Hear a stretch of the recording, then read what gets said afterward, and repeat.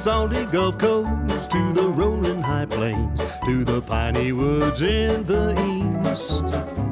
All across our dear Texas, folks need good food to eat. Our farmers and ranchers are heroes. They've always made Texas great. Texas agriculture matters. It's the heart of the Lone Star State. Oh, Texas got it all, y'all. Well, howdy, neighbors. I'm Commissioner Sid Miller with the Texas Department of Agriculture. Thank you for joining us for another episode of Texas Agriculture Matters, right here on RFD TV. You know, if you've watched our show before, you'll understand we're prone to brag a little bit. Well, like they say, it ain't bragging if it's true. So today, we're going to brag about another agriculture product made here in Texas. And it's made by some of the smallest Texans out there, honeybees. That's right. Texas ranks 6th in the nation for production of honey. And believe it or not, we've been in the top 10 for over 40 years. Texas is home to thousands of beehives, from small backyard beekeepers to large commercial producers with 500 colonies or more. At last count, there are over 130,000 honeybee producing colonies right here in Texas. In 2019 alone, Texas produced 7.4 million pounds of honey, all from these Lone Star bees. You know, bees are vital to all agriculture. Of course, they help to cross-pollinate many fruit, vegetable, nut, and nursery crops. Honeybees are responsible for up to 80% of all crop pollination in the United States, at an estimated value of about $15 to $20 billion. This is every year, and that's to the American crop production. But honeybees might be in trouble. There's a European honeybee population have been steadily declining over the past few decades and have some folks really worried. While it not be as bad as the media wants you to believe, like any other businesses, the bee industry has some real challenges ahead. Today, we're going to take a look at the Texas bee industry and see what all the buzz is about. We'll visit a local bee business to get a glimpse of bees in action, and we'll sit down with a Texas apiary owner to get their experience in the industry firsthand. So, sit back, relax, and we'll see how the honeybees are another reason, you got it, Texas agriculture matters. Honeybees are hard-working little creatures. In order to produce 1 pound of honey, 2 million plants must be visited. Bees fly around 55,000 miles to produce a pound of honey. I like to tell people, I say, oh, you make honey? I said, no, we don't make honey, we steal it. The bees make it, we just took it from them. Chris Moore operates Moore Honey Farm in Kuntz, Texas. He maintains about 2,500 colonies in 5 counties. The best thing for anybody is to eat local honey. Honey throughout Texas, there's a lot of different regions in Texas, and honey in each region's got a distinct flavor. It's different. It's going to be a little bit different color honey, a little bit different taste in honey. The honey we produce here in Southeast Texas is a darker, it's got a more bold flavor to it. It's more plentiful. When we go to the Panhandle up in the Lubbock area, we produce a lot of honey off of cotton. It's a little bit lighter colored honey, and it's a mild tasting honey. His 100 million little employees, as he likes to call them, do more than just make honey. It's not just the honey, but it's the pollination that the bees provide. I mean, we have farmers up in the Panhandle that we pollinate seedless watermelons for. You know, the seedless watermelon has to be cross-pollinated with the regular watermelon to produce. So we get paid basically a rental. We take them up there and they pollinate. They also do squash, a lot of cucumbers in Texas. All those have to be cross-pollinated. And you have a lot of other things people don't think about. Alfalfa, as far as dairies feeding their cattle. But alfalfa, to produce the seed crop, it needs to be cross-pollinated as well. So the bees provide all that pollination, which is the biggest value we get from honeybees is the pollination. Moore says one of the biggest challenges in beekeeping is just keeping them alive. He says he can lose 40% of his population in a year.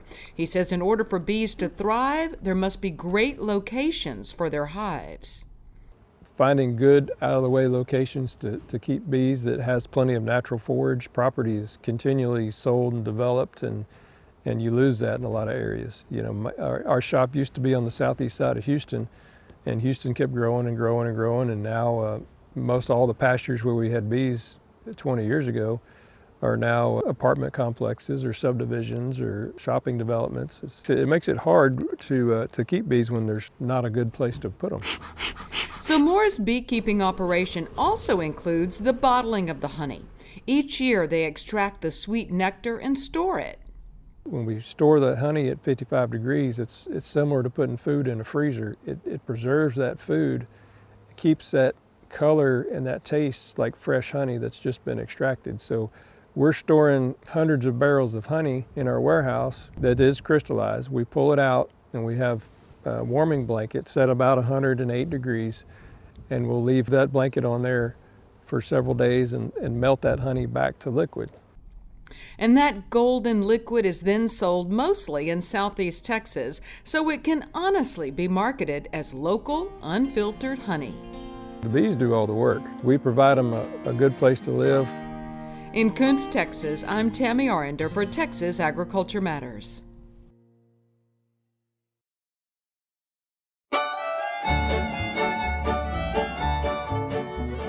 Hey neighbors, I'm pleased to have with me Danessa, or Ness, Yazchuk of Sweetness Honey and Bee Teak, a family-owned and operated honey farm in Fort Bend County.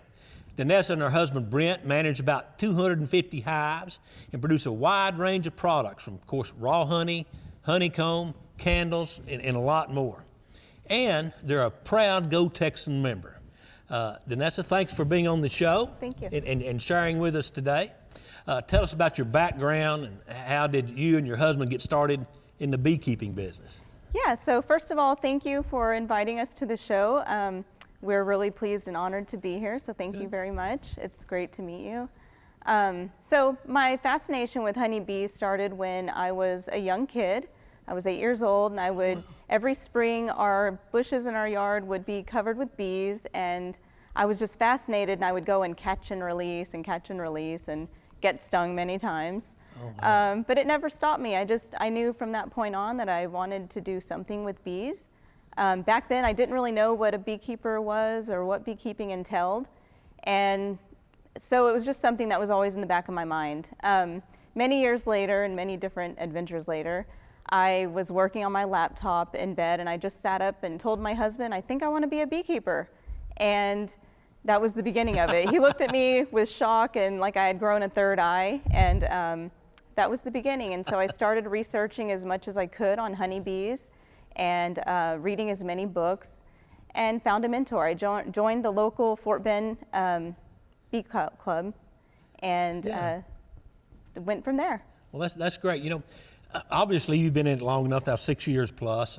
What are some of the challenges in the industry, especially, you know, obviously as many hives as you have, over 200, you have to have multiple locations. So tell us about some of the challenges that you face every day. Some of the main challenges that we've come across are growing out of our equipment at a rapid rate.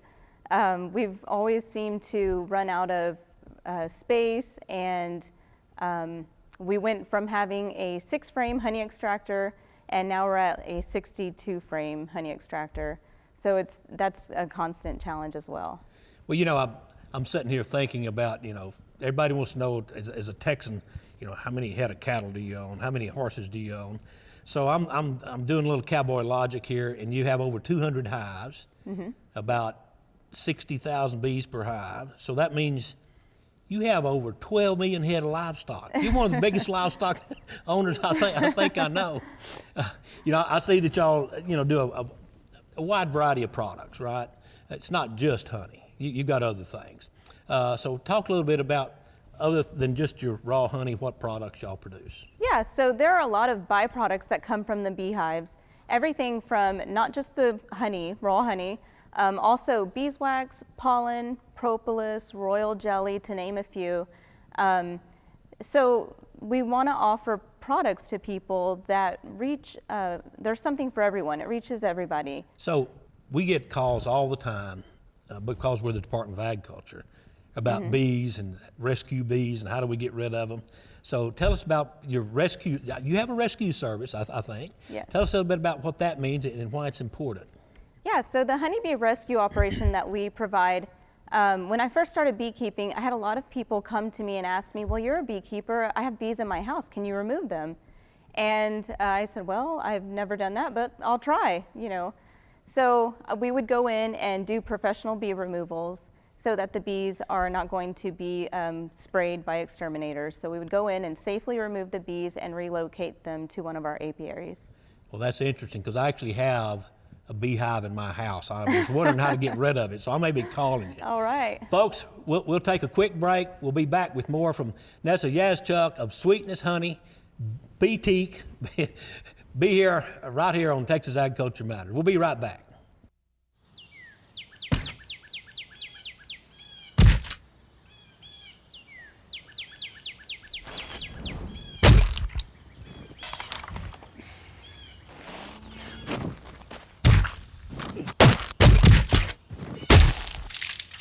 Just doesn't taste right if it's not in Texas. Make sure you're getting the best agricultural products you can. Go Texan.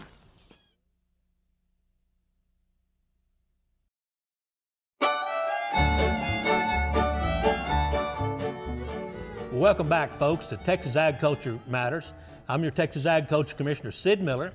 I'm here with Nessa Yazchuk, and we're talking honeybees and about what it takes to make a honey operation thrive in the state of Texas. They're great Go Texan members of ours, and we hear a lot in the news about the decline of honeybees, right? And it's not just a Texas problem; it's kind of around the world. Mm-hmm. So there's a threat to our industry. How does that affect your business? It affects our business very much so. The honeybees face a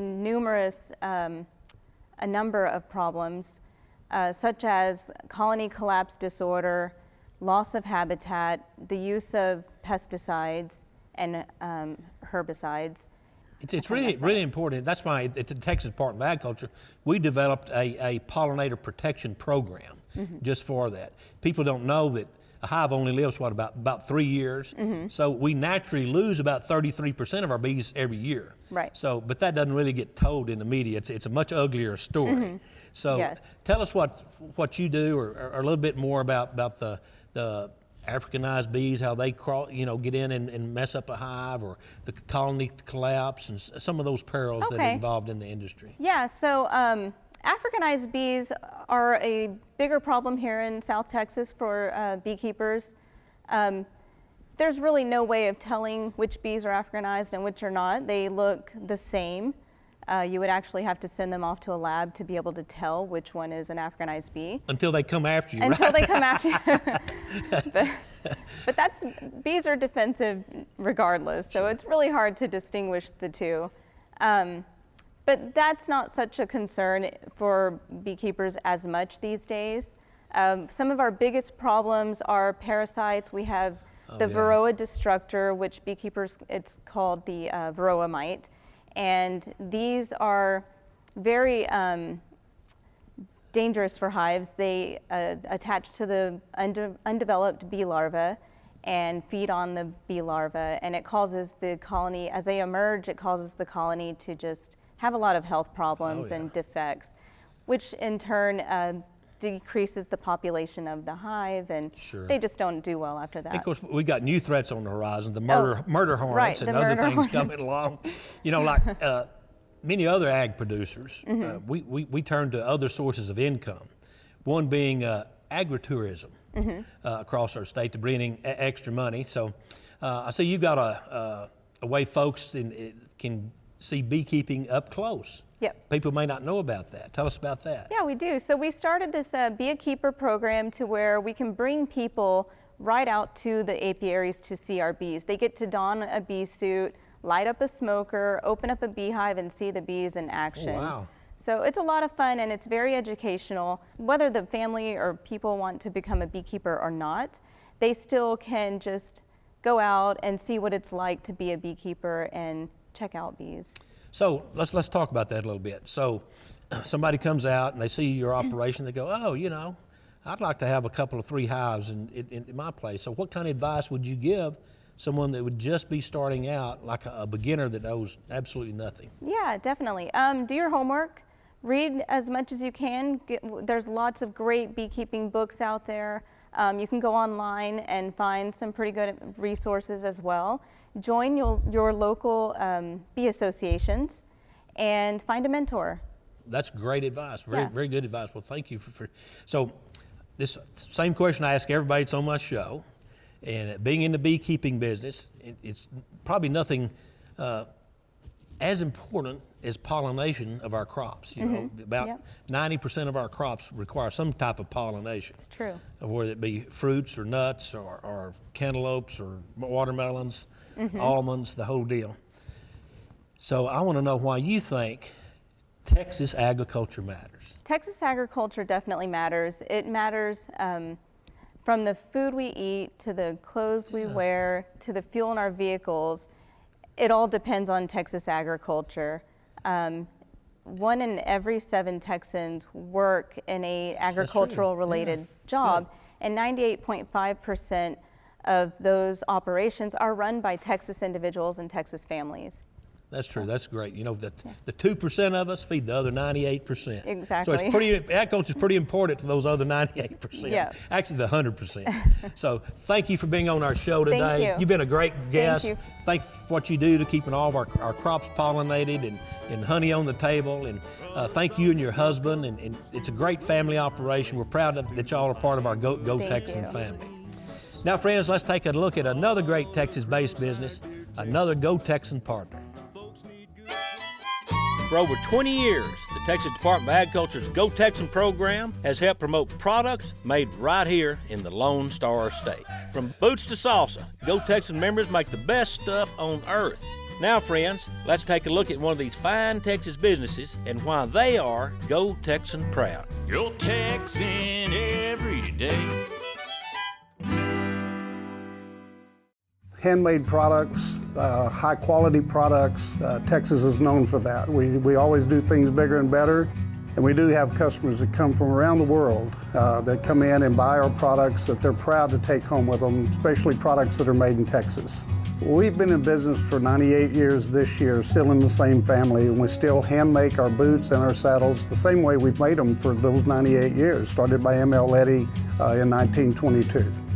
We hand make all the boots that you see in this room, and yes, we get a tremendous amount of special makeup boots, things that are creative and unique, and yes, we repair and restore all of our boots that customers will bring to us. We are very much a traditional cowboy boot maker. We continue that in the products that we build.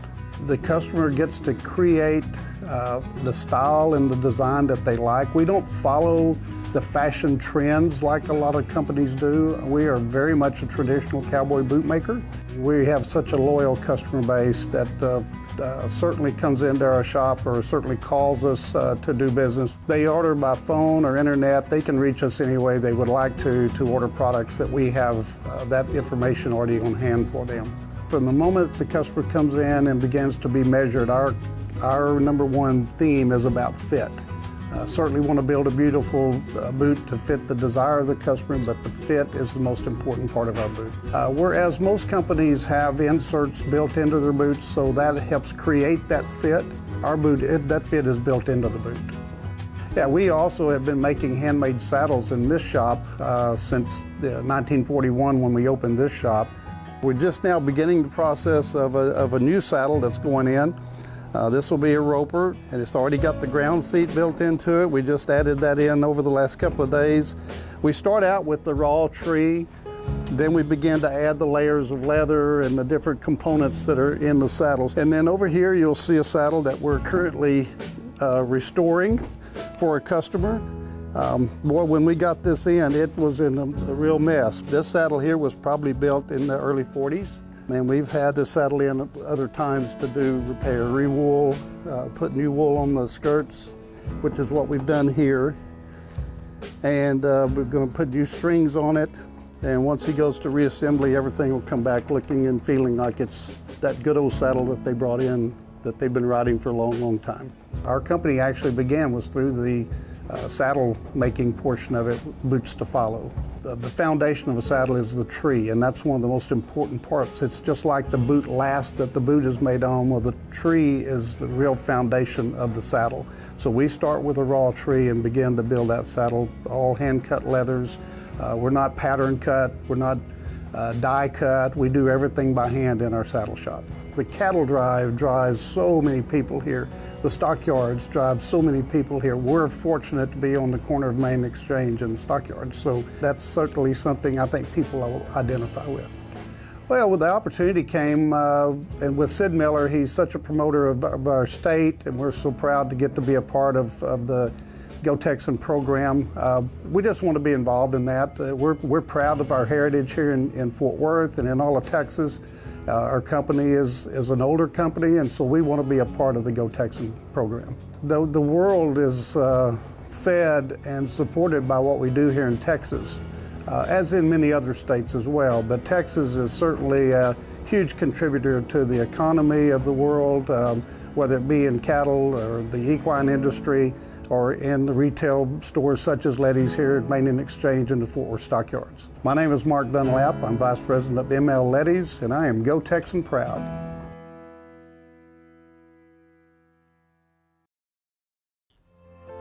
Well, neighbors, thank you for joining us for another episode of Texas Agriculture Matters. Hey, I hope you learned a little bit about Texas honeybees and the vital role they play in agriculture and in our economy. As we've shown on this program, agriculture can be a tough business. To do it right, you've got to have a passion for what you do. And that might be more true of a beekeeper than any other agriculture enterprise. I have found that folks in this business, as you saw on the show today, are passionate about bees and beekeeping. Maybe it's because the bee itself is so iconic. From animated characters in movies or on cereal boxes, bee culture is thriving. Whatever the case, the bee business in Texas is buzzing and has a bright future ahead.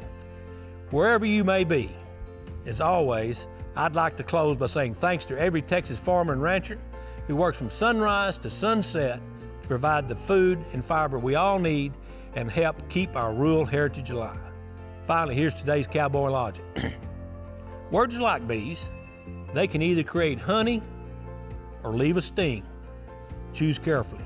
Thank you, God bless, and remember, friends, Texas agriculture matters.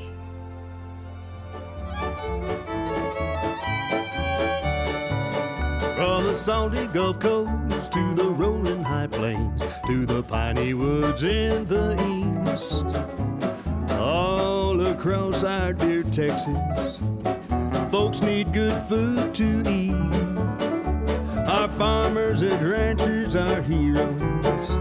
They've always made Texas great. Texas agriculture matters. It's the heart of the Lone Star State.